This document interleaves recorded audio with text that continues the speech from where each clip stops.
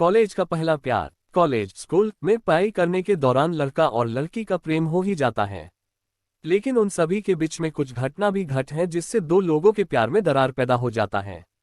मुझे उम्मीद है कि आज की sad love story in Hindi for girlfriend के अलावा बॉयफ्रेंड के भी इस कहानी में उल्लेख किया गया है। एक दूसरे का होमवर्क करवाते हुए, पढ़ाई में मदद करते हुए वह दोनों कभी एक दूसरे को पसंद करने लगी। उन्हें पता भी नहीं चला और आंखों ही आंखों में प्यार का इजहार भी हो गया। पर इस बात से अनजान आकाश और काव्या भी उन दोनों के लिए फीलिंग्स रखते थे। फिर एक दिन आखिर हिमांशु ने ठान ही लिया कि वो अपने दिल की बात हिमांशी को बताकर रहेगा।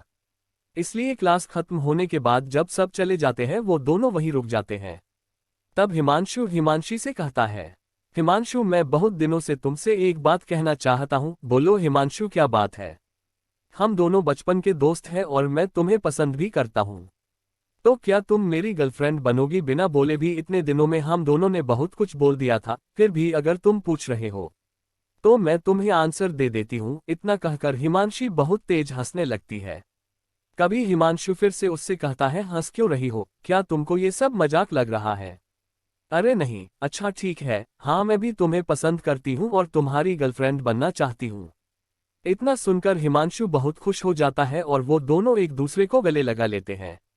फिर वो दोनों मिलकर डिसाइड करते हैं कि अभी अपने रिश्ते के बारे में वो किसी को नहीं बताएंगे। ऐसे ही समय बीतता रहता है और वो दोनों एक दूसरे के बहुत करीब आने लगते हैं।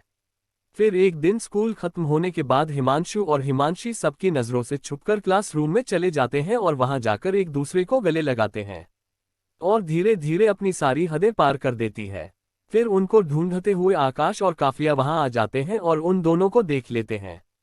उन दोनों को साथ देखकर आकाश और काव्या का दिल बहुत बुरे तरीके से टूट जाता है और दोनों मिलकर एक प्लान बनाते हैं। काव्या, मैं जानता हूं कि तुम भी हिमांशु को बहुत पसंद करती हो। अगर तुम मेरा साथ दोगी तो तुम्हें तुम्हारा प्यार मिल जाएगा और मुझे मेरा प्यार। ऐसा कैसे हो सकता है आकाश? वो दोनों एक दूसरे से प्यार करते हैं तो फिर हमें हमारा प्यार कैसे मिलेगा? बस तुम मेरा साथ दे दी जाओ और आगे आगे देखो होता है क्या, और मैं तुमसे वादा करता हूं कि तुम्हें तुम्हारा प्यार जरूर मिलेगा। जैसा आकाश ने सोचा था उसने बिल्कुल वैसा ही करना शुरू किया। धीरे धीरे उसने हिमांशु और हिमांशी के बीच में गलतफहमी पैदा करनी शुरू कर दी। एक दिन हिमांशु हिमांशी का इंतजार कर रहा था, तभी आकाश वहां आकर कहता है, क्या हुआ? हिमांशु किसका इंतजार कर रहा है? कुछ नहीं यार, बस वो हिमांशी का इंतजार कर रहा हूं। मैंने तो उसे हमारे क्लास के राजवीर के साथ बाइक पर जाते हुए देखा। यह क्या बोल रहे हो तुम? शायद तुम्हें कुछ गलतफहमी हुई होगी। नहीं यार, मैं अपनी बचपन की दोस्त को बहुत अच्छे से पहचान सकता हूँ, ये कोई नई बात नहीं है। अक्सर मैंने उसे राजीव के साथ बाइक पर जाते हुए देखा है। तुझे मेरी बात का यकीन नहीं है तो तू जाकर काव्या से पूछ सकता है। हिमांशु काव्या के पास जाता है और उससे पूछता है कि उसने भी हिमांशु को यही बताया कि उसने राजीव साथ हिमांशी को अक्सर बाइक पे जाते हुए देखा है। हिमांशु तुरंत आग बबूला होकर हिमांशी को कॉल करता है और उसे कहता है, कहाँ हो तुम? कुछ नहीं, कुछ काम से राजीव के साथ आई थी। ऐसा कौन सा जरूरी काम था जो तुमने मुझे बताना भी जरूरी नहीं समझा? हिमांशु, तुम मुझसे ऐसे क्यों बात कर रहे हो? कुछ हुआ है क्या? कुछ नहीं हुआ, छोड़ो तुम। कुछ दिनों तक हिमांशु से बिल्कुल भी बात नहीं करता। ये सब से परेशान होकर हिमांशी हिमांशु के घर जाकर उससे कहती है, क्या मुझसे कुछ गलती हो गई है? हिमांशु, जो तुम मुझसे बात भी नहीं कर रहे हैं, मुझे ये जानना है कि तुम राजीव के साथ बाइक पर क्यों गई थी? मुझे काव्या ने बोला था राजीव के साथ जाने के लिए। उसको राजीव से कुछ बात करनी थी तो मैं उसकी मदद कर रही थी। हिमांशु, तू कब से झूठ बोलने लगी हो? काव्या तो वहां मेरे साथ ही थी। अगर उसको राजीव से कुछ काम होता तो खुद ही राजीव से कह देती। वैसे भी अब झूठ के बाद मुझे नहीं लगता कि मैं तुम्हारे साथ रह पाऊंगा। हमें अपना रिश्ता यही खत्म कर देना चाहिए।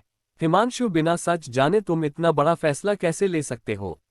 ऐसा ना हो कि आगे जाकर तुम्हें बहुत पछताना पड़ी। और किसी भी रिश्ते में अगर प्यार और भरोसा ना हो तो वह रिश्ते ज्यादा दिन नहीं चल सकते, और हमारे रिश्ते में भी भरोसा खत्म हो चुका है।